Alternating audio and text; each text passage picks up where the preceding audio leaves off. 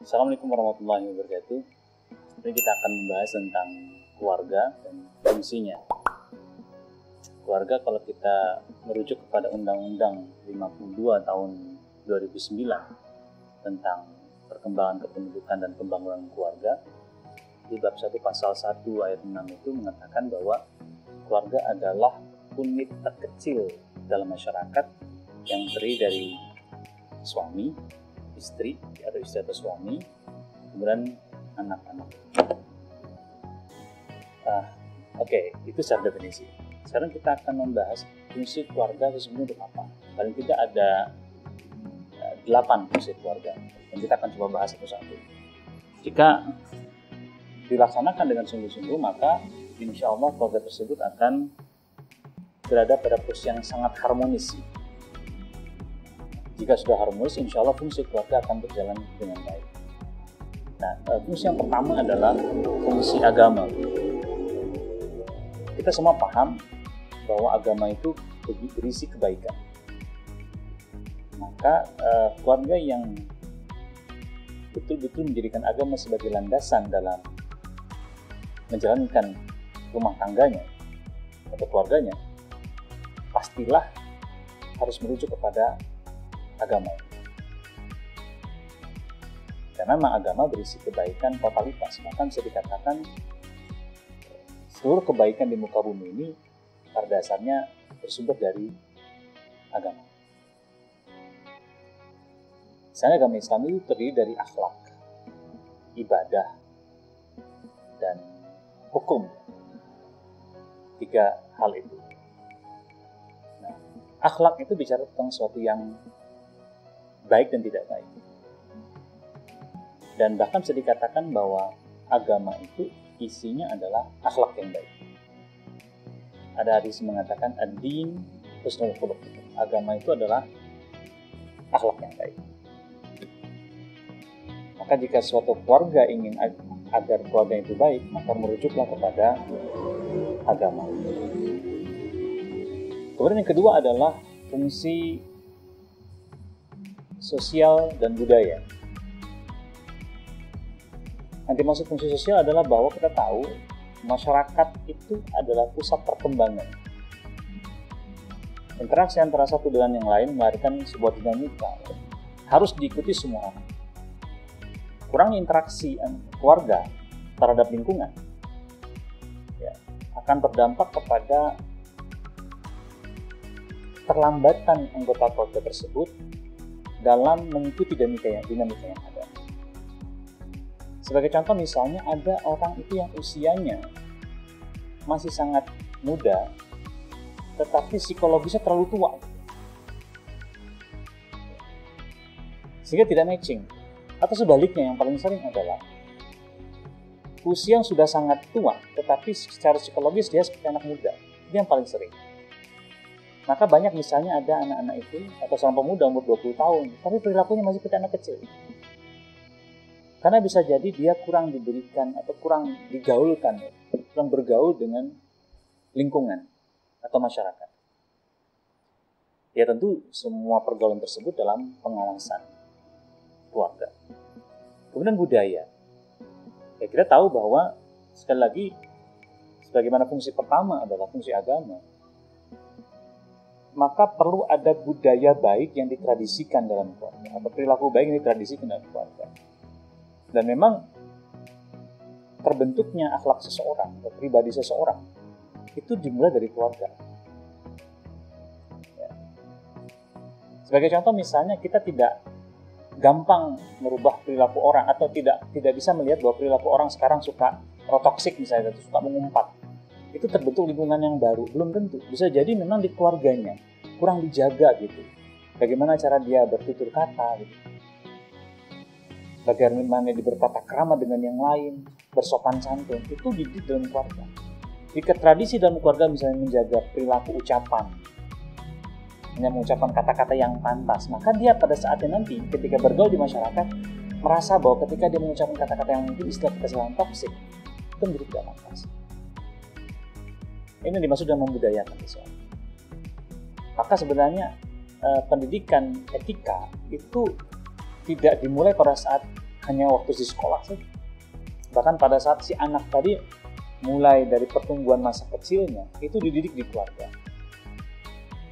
Bahkan di beberapa negara maju itu sangat memperhatikan budaya-budaya baik di tingkat keluarga, dan mereka berhak tuh bertahan di tingkat pendidikan. Misalnya begini, di Jepang itu ketika anaknya dapat nilai 60 misalnya atau 50 nilai matematika, mereka tidak begitu khawatir dibandingkan ketika anaknya itu kurang sopan, kurang bisa berterima kasih kepada orang lain. Maka misalnya kita lihat ya, di Jepang itu ada anak kecil ketika nyebrang ya, atau diberi kesempatan nyebrang oleh mobil di jalan itu, setelah mereka nyebrang, mereka menghadap mobil tersebut dan mereka mengatakan arigato, terima kasih. Ya, kita enggak, nyebrang aja. Baik, itu fungsi yang kedua. Kemudian fungsi yang ketiga adalah fungsi cinta dan kasih sayang.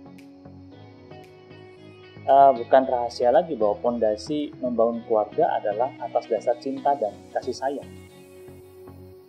Bahkan Al-Quran itu menyebutkan bahwa kasih sayang itu dibentuk dan terbentuk pada saat kita berumah tangga. Cinta yang besar dalam keluarga ditunjukkan dengan misalnya empati, ingin membahagiakan keluarga kapanpun dimanapun. Sebagai contoh misalnya seorang ibu ya, yang selalu mendoakan dan mengusahakan hal terbaik buat kondisi anak-anaknya, walaupun kadang-kadang dia kesulitan untuk melakukan itu. Itu karena rasa cinta, mengkuliahkan anak di perguruan tinggi terbaik gitu, dengan mencari dana bagaimanapun caranya agar anak tersebut bisa sukses, bahkan lebih sukses dari orang tuanya. Bahkan yang mengatakan seorang pelacur saja itu tidak mau anaknya menjadi pelacur, itu karena dia ada kasih sayang, tidak ingin anaknya itu dalam kesedihan. Itu bentuk empati seorang ibu atau seorang tua kepada anak-anaknya. Fungsi perlindungan. Nah, fungsi perlindungan itu sebenarnya bisa terwujud jika keharmonisan keluarga itu sudah ada gitu, diawali dengan rasa cinta dan kasih sayang yang betul-betul ada di dalam keluarga tersebut gitu. Maka biasanya akan ada rasa ingin melindungi dan terlindungi. Nah, kalau sudah begitu kemudian anggota keluarga akan merasa nyaman untuk selalu berada di rumah.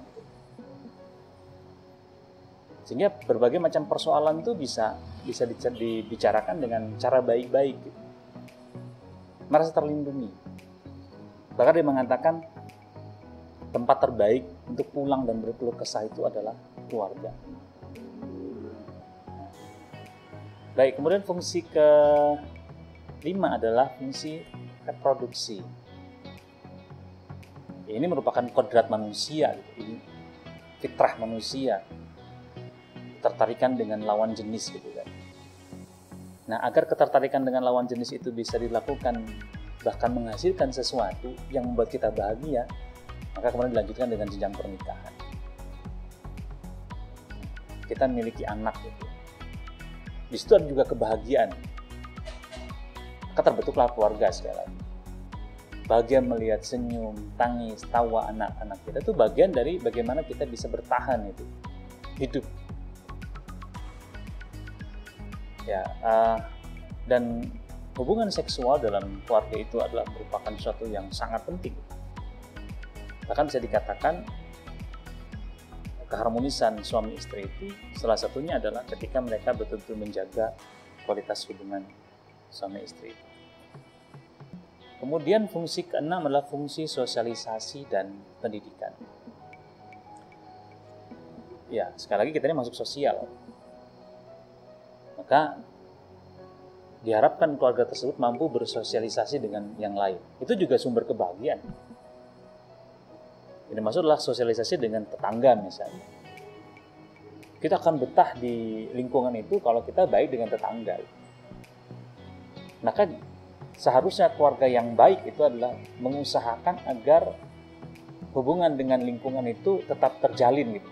Kalau perlu kita aktif gitu. Jangan menunggu orang lain yang harus bersosialisasi dengan kita. Tapi kita yang memulai untuk bisa bersosialisasi dengan yang lain. Kemudian fungsi pendidikan, kita tahu bahwa pendidikan yang pertama dan utama itu ada di keluarga. tentang baik, buruk, benar, salah, boleh, tidak boleh, itu didapatkan seorang anak di keluarganya. Dan kita tahu pendidikan dalam keluarga itu karena berdasarkan cinta dan kasih sayang dan perlindungan, tentu yang baik-baik saja. Yang dengan pendidikan tersebut, anak ini bisa berkembang dengan baik. Dan sebenarnya anak soleh gitu, soleha. Maka tentu dalam hal ini penting sekali jika orang tua terus belajar gitu bagaimana menjadi orang tua yang sukses, orang tua yang baik, orang tua yang smart, agar bisa mendidik anaknya dan melahirkan generasi-generasi terbaik. Jadi tidak salah siapapun harus berpendidikan. Misalnya ada pertanyaan kenapa sih mahasiswi gitu ya harus kuliah, suatu saat dia juga akan jadi ibu rumah tangga. Oke lah, mungkin dia tidak berkarir ya. Dia hanya menjadi ibu rumah tangga saja. Tetapi ibu rumah tangga yang punya pendidikan yang baik, dia akan insya Allah mampu mendidik anaknya juga dengan baik. Kemudian fungsi ketujuh adalah fungsi ekonomi. Fungsi ekonomi yang dimaksud adalah pembagian tugas itu. Bahwa ayah itu yang bagian mencari nafkah. Dan ibu yang kemudian mengurus rumah tangga. Ini semuanya bagian dari pengelolaan ekonomi. Ekonomi tidak hanya mencari uang, tetapi bagaimana mengelola sumber daya yang ada. Gitu. Ini idealnya ya. Maka dalam Islam itu yang mencari nafkah adalah suami. Bukan istri, kecuali dalam kondisi darurat. Hanya membantu saja. Tetap saja kewajiban ada pada suami. Dan seharusnya dilakukan secara baik dan dengan asas keterbukaan. Sang ayah atau suami mencari nafkah, betul-betul melaporkan bahwa gajinya sekian, kemudian diberi kepada istrinya. Demikian juga istri dalam mengelola keuangan harus transparan dengan ayah, termasuk anak-anaknya. Diberi berapapun oleh orang tua, maka harus digunakan sesuai dengan yang dijanjikan. Diberi uang walaupun 5.000 misalnya, untuk jajan, jangan untuk yang lain. Ini adalah bagian dari pengelolaan atau fungsi ekonomi dalam keluarga. Terakhir adalah fungsi lingkungan. Yang dimaksud adalah bahwa keluarga bisa mendidik kepada anggota keluarganya bagaimana menjaga lingkungan agar tetap sehat, ya, bersih, aman. Dan diajarkan apa dampak misalnya jika lingkungan itu tidak sehat. Membuang sampah di tempatnya gitu. Ini penting sekali. Maka sekarang kalau misalnya kita lihat banyak orang buang sampah sembarangan, itu bisa jadi di keluarganya kurang dididik untuk membuang sampah di tempatnya. Kadang-kadang bersama keluarga gitu membersihkan halaman rumah gitu. Dan diajarkan bahwa rumah kita adalah surga kita. Baiti jannati. Surga itu kan kebun yang indah. Nah ini penting agar si anak tadi betul-betul tumbuh menjadi orang yang sangat peduli dengan lingkungan. Oke, ini saja dulu 8 fungsi keluarga yang insya Allah jika betul-betul diterapkan dalam keluarga tersebut, keluarga ini akan menjadi keluarga yang harmonis dan bahagia dan bisa melahirkan generasi-generasi yang terbaik. Demikian, Assalamualaikum warahmatullahi wabarakatuh.